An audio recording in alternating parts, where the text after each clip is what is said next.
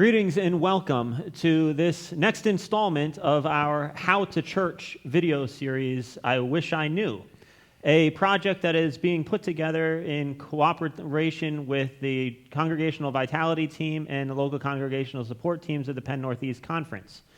In this edition, this installment, we're looking at a question that gets asked a lot, especially by members of our churches and their pastors, and that is a question about the UCC polity and how the UCC's governance and decision-making works. And so in this video, we're going to be honing in on a particular piece of that, and that is, what is the voice that our polity allows for members and congregations to have in the decision-making processes, particularly how that voice gets expressed in voting. We're going to have a panel conversation here, and I wanted to introduce the panelists that we have to join me for this conversation. First is Reverend Kim Baranato, the pastor at Long Swamp UCC. Then we have Reverend Dave Schnars, who is currently serving as an interim pastor at New Bethel UCC, and also relevant to this conversation, serving the borough of Slatington as an elected official. And lastly, we have Reverend Dr. Bonnie Bates, the conference minister for our Penn Northeast Conference. So thank you all for joining me for this conversation and for your time here today. I wanted to sort of start by acknowledging that it's really a timely time for us to be having this conversation, especially since we're sitting here just a few days away from two really important decisions that are being made. One in the life of our country, we have an election day coming up, and another in the life of our conference, where we have a fall conference meeting coming up in a short time, where there'll be some big decisions to be made about the future of our conference and possibly relationship with other conferences. And so one of the things that I know we've heard enough about with the national election coming up is just the importance of voting. And just, this emphasis on getting out to vote because voting is this important part of the process. And I'm interested, just from your perspectives, why is voting important to the life of the church? And how do you see that connecting to the covenantal polity of the United Church of Christ?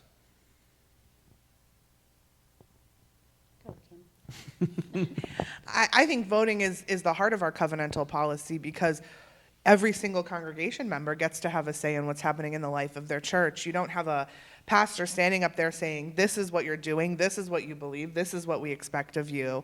It's the community coming together to make the decisions for what's best of the life of the individual congregations, but also, as we know, coming up for our conference as a whole. Well, I think one of the main purposes of voting is to get a sense of the consensus of a group. That is very, very important. We've used voting as a way of making decisions nationally, and within the church, we've got to modify that a little bit because voting also, while it helps us make decisions, can also tend to divide a congregation, okay? Because you start marking things down into winners and losers, and that's not what we're about, okay? So the purpose of a vote is to help us to come to a consensus, to find out where everybody is. And it's important that we listen to everybody as we do that process. Yeah, a vote isn't just about the decision at the end, but sort of taking the temperature of where everyone is on the topic. Yes. Yeah, and I think the other piece of our polity is that we strive to include people in ways they might not be included in other settings. So our congregation members all get to vote. And yes, we strive for consensus and have conversation about the differences that we are expressing. The other piece that I think is really important about the voting process is when we're in the midst of search and call. Search and call is a place where folks can get a little antsy about waiting for the right person to show up, right, to serve their church. And so I always work with search and call teams to move towards consensus. And for us, consensus means I totally agree, or I'm not so sure, but I can live with this decision. If there are people who are way outside and just say, no, there's no way, then our conversation isn't finished. The important part for me about voting in the United Church of Christ is that it's representative. So congregations choose delegates to conference meetings or association meetings if you have them. Every pastor in our conference gets a vote. That's really vitally important to the life of our church. Yeah, I like that you've all brought out different parts. I want to circle back to something that Dave brought up, and that is sort of the that it's not just about the vote itself, but the way that it's getting a sense of where everybody's at, and also the importance of listening to make folks feel heard. I'm just interested in your experiences, either as pastors, as members of this conference, of just in the life of the church. Where have you seen that this done well? Or where have you seen it not done so well? Like, what is it that sort of distinguishes, okay, we've done this process well, people feel heard, we've made sure that this is about more than the end, it hasn't gotten split into winners and losers, whatever it is. Like, where have you seen this done well in the life of a congregation or the conference, or even at the national level? Or where have you seen it maybe done not so well, and kind of what was it that either made it good or not so good? I can remember an instance at a conference meeting. I was originally in the Central Atlantic Conference, which is made up from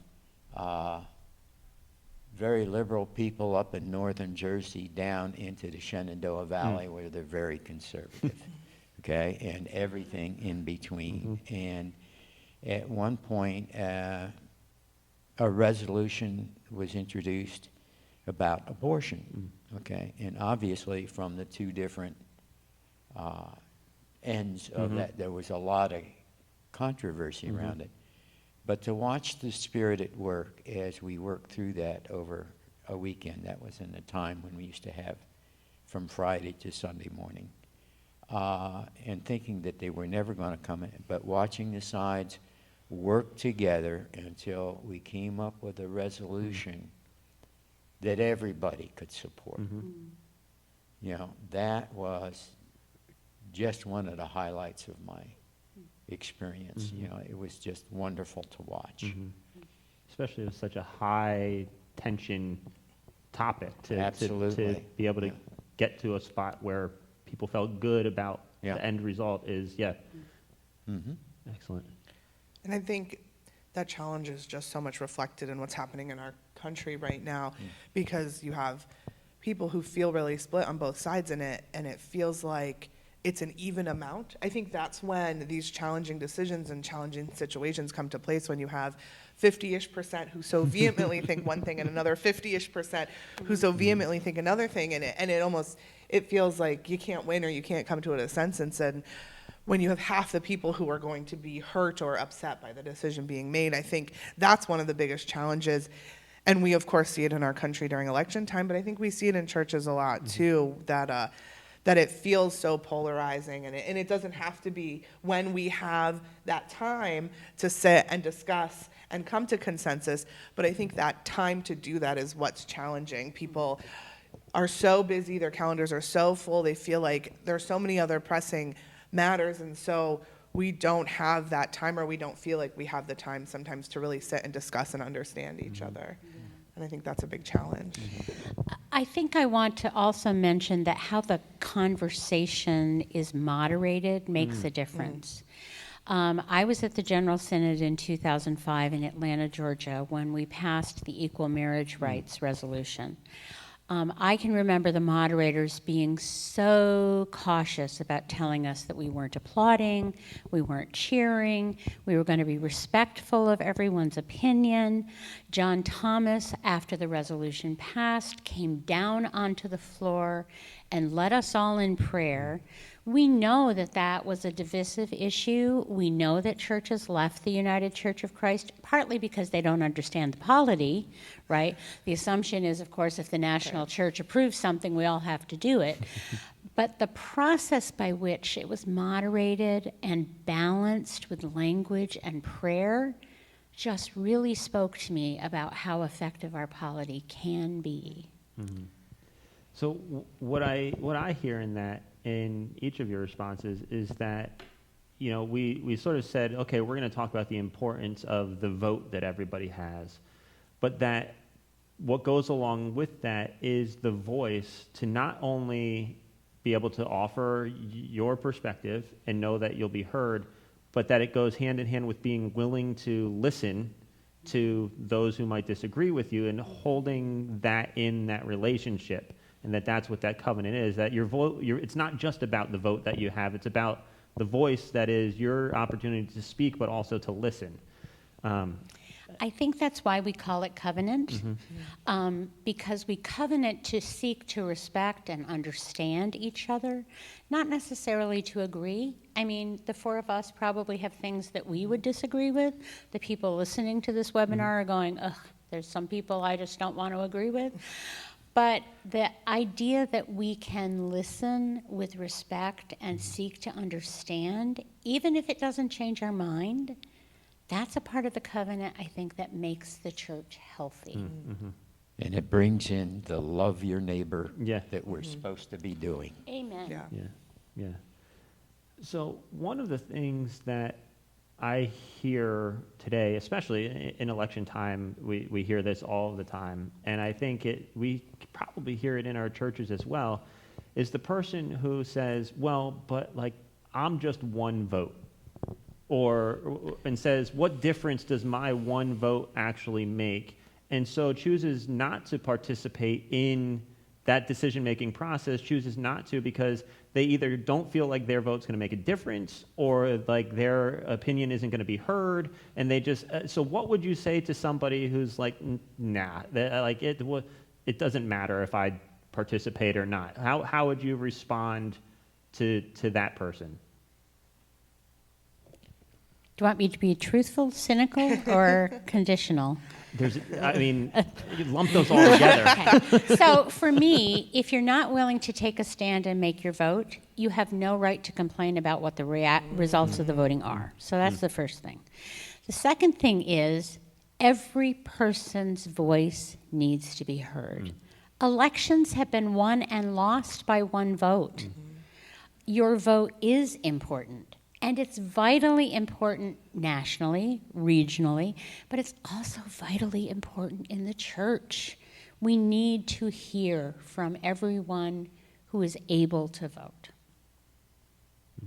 And I think as well, if someone feels like their vote doesn't matter, I mean, it could be because they feel one way and then they think everyone else feels the other way. You don't know what you're going to hear or learn by attending, whether you vote or not. You are then part of the conversation. But as someone who now is in the Penn Northeast Conference, but was in Pennsylvania Southeast when we tried this the last time, Right. a handful of votes would have made a big difference in that case. I mean, it was very, very close. So, we saw right there how, a handful of people who maybe thought their vote didn't matter made the difference that day. And a lot depends on how they're prepared to vote. I remember a case when I was, again, in Central Atlantic, and I was still a layperson then. We were going and we were going through a reorganization of the association and the conference. And we were at a group meeting that was just chatting about the things, and I was sitting next to a pastor who said that they never went to conference meetings because they didn't feel like they were being heard. And I'm going like, well, I come from a small church, and I've never had that feeling at conference meeting. Do you prepare your people And he said, what do you mean?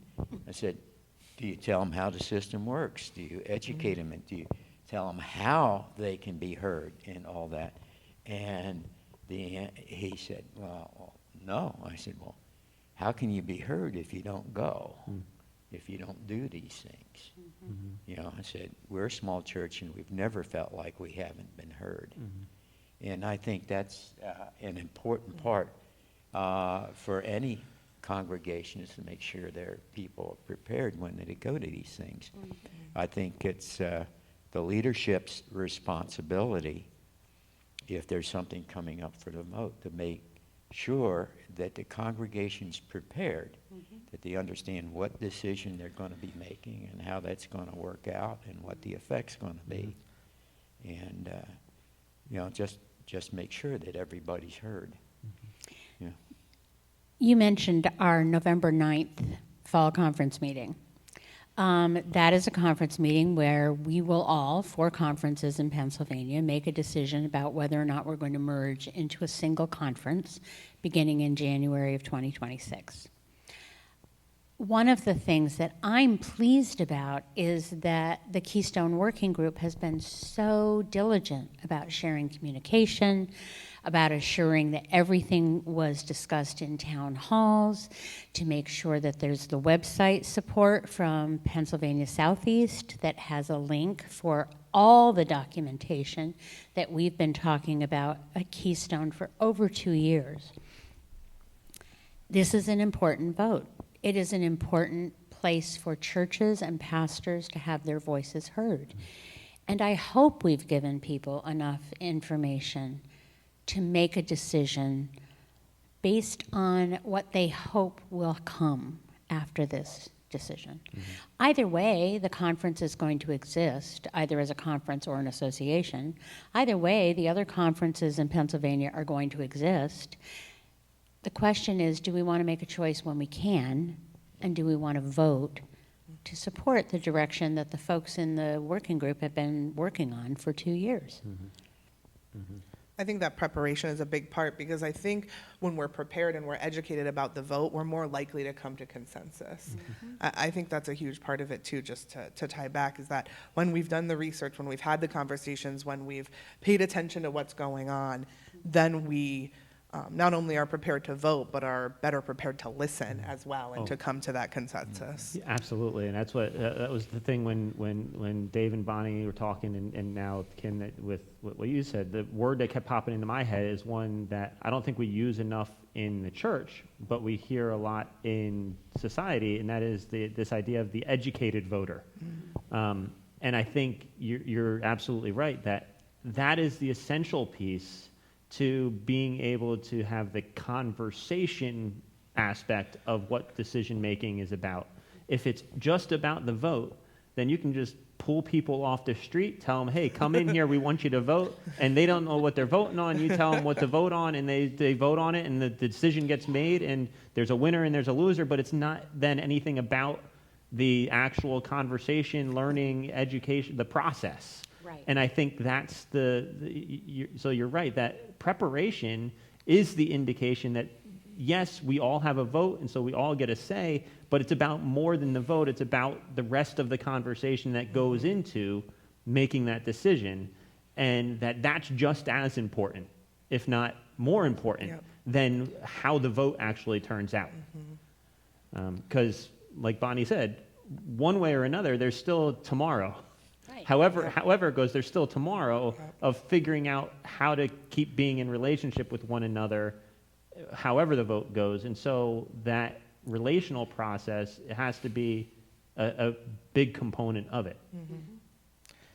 And I think that's an important message as we start to talk about the conferences merging and vote on that. But I think that's also something that we need to be reminded of for our current election in our country, is that no matter what happens Tuesday, there's more work to do, there's more love to give, there's more things that need to get done to treat others with dignity and respect. And so I think we sometimes lose sight of that in the midst of what I think we can see in our country is not a great process, that instead of having those conversations and coming to consensus and listening, we're sort of watching the opposite happen. Well, and I think, to to maybe put a cliche spin on that, all right? If it's just about Tuesday, then we've kind of missed the point. It's Right. got to be about Wednesday. Yep. Yeah. The process has to be about Wednesday, not Tuesday. And I think that's one of the things that we've lost sight of collectively. And the church and the way that, we the reason that this makes sense as a conversation is there's just so many parallels between the democratic process of our country, the democratic process that the UCC uses for decision making. But as the church, we ought to strive to be the best version of that. And that means maybe doing better than sort of the focus on just the end result and focusing instead on the relationships and what tomorrow looks like, and the church as a model for that process to kind of teach the rest of society and hopefully the rest of the country, hey, this is what it could look like if we do this in a good way. Yeah, that sense of respect seems to have, and the ability to have dialogue seems to have disappeared from some of our processes. And I think the church, and I admire what the general ministers and presidents have done, the church has said vote with love. I think we need to encourage our civic responsibility voting also to be made with love. Yeah, I think so. And to remember that what we're expressing is a hope for the future. Yeah. And remembering that, particularly in our national elections, that a 51 versus 49% vote is not a landslide. Right. Okay. It's saying that somebody, half the population needs to be heard. Yeah.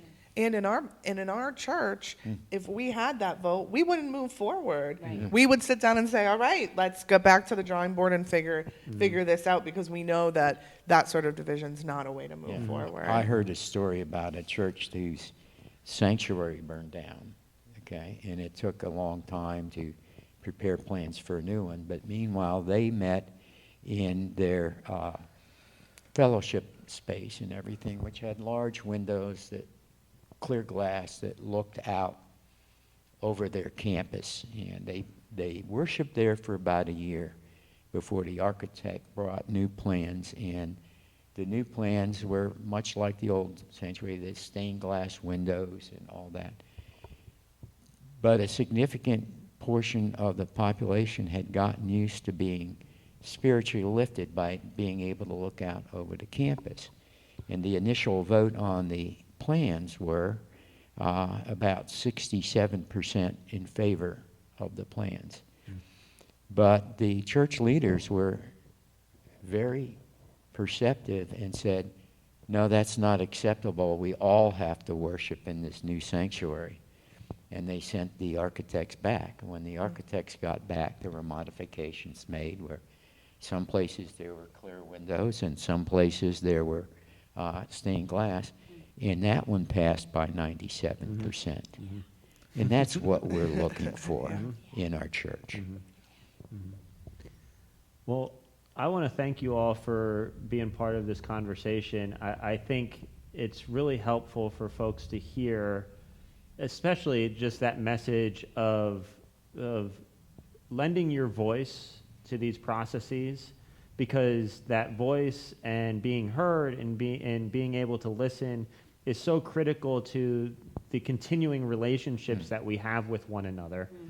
And also just to that focus on voting with love, because I think that love is that willingness to listen, to make the process more than just about the end result, to make it about, okay, but and once that result is there, what happens next, and how do we keep moving forward? And so I hope that folks watching this video, whether they apply some of this to just the way that they think about voting on election day, whether it means that they register for the fall meeting and come and lend their voice to that important decision in the life of our conference, or whether they just reconsider the ways that they engage in their own congregation, because I'm sure that congregations have annual meetings coming up to pass budgets and to do whatever they need to do for 2025. I hope that people watching think about just even how they participate in the process of their local church, because, I mean, it starts there too. And so hopefully people are hearing this and considering just that we are fortunate to be part of a denomination that really does give us a voice at every level of how we make decisions, but it does so trusting that we're going to use that voice in that vote in a loving way and in a way where we are striving to be in better relationship with one another. And so hopefully that's something that we can all take away from this. And again, I appreciate your time and your wisdom and your insights into this. And thank everybody for watching How to Church.